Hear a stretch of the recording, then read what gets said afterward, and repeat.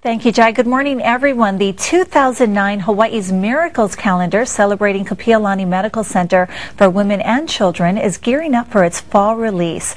But first, the public is invited to vote for the keiki who will be featured in the calendar. Now, here with more information is Aubrey Hawk, a member of Kapiolani Health Foundation's Volunteer Communications Committee. Good morning. Good morning. That's a mouthful. Yes, it is. Now, thanks for waking up early and being with us. Tell us about this calendar. How did the idea come about? Well, next year is a great big year for Kapiolani. It's the 100th anniversary of the hospital's founding. So we started to try to think big about that. And if you think about all the families who've been touched by this hospital in its last century, 6,000 kids born there every year, 25,000 families rushing to the ER.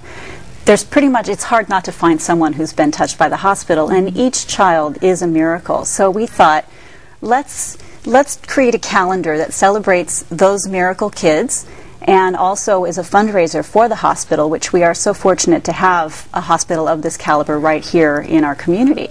So that's how the idea was started. So you had 100?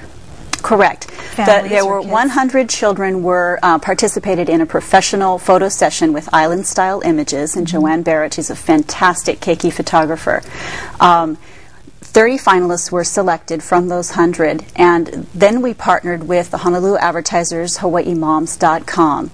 Those 30 kids are live on HawaiiMoms.com right now, and the public is invited to, you can vote for up to 12 kids once per day per person. Okay. And now through June 29th. Now through June 29th. Okay. And the 12 children who are selected will be posted on the site on July 7th, and they'll be up for the month of July. And then they will be the ones featured in the calendar, which will then be available for sale this fall. This is exciting. I love it when companies get the public involved and you get to choose who will be in the calendar. Because of course, we've as a mom, I mean, everyone's had an experience at Kapiolani, so to be able to go and look at these beautiful kids, and each one is gorgeous. And I did have the privilege of going on a tour of the hospital, and the work that they do there really is truly remarkable. Incredible. It is the only children's hospital serving an entire 5,000-mile radius.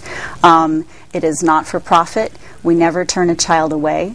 And the exceptional care that's provided there is something that we all, sometimes it's easy to take for granted, but we are truly fortunate to have here. So being a not-for-profit hospital, too, the Kapiolani does rely on support from the community.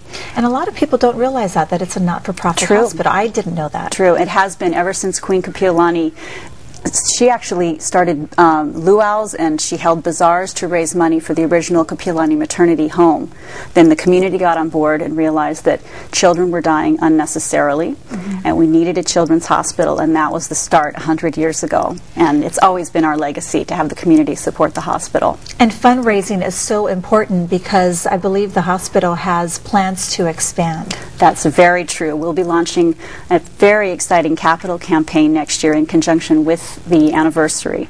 And I invite you back. Thank you very much. There are big plans. That. It's very exciting. Great. Well, thank you so much, Aubrey, for being with us this morning. Thank you, Trini. We're going to have much more on Hawaii's Morning News, including top stories when we come back, plus weather and traffic. Stay with us.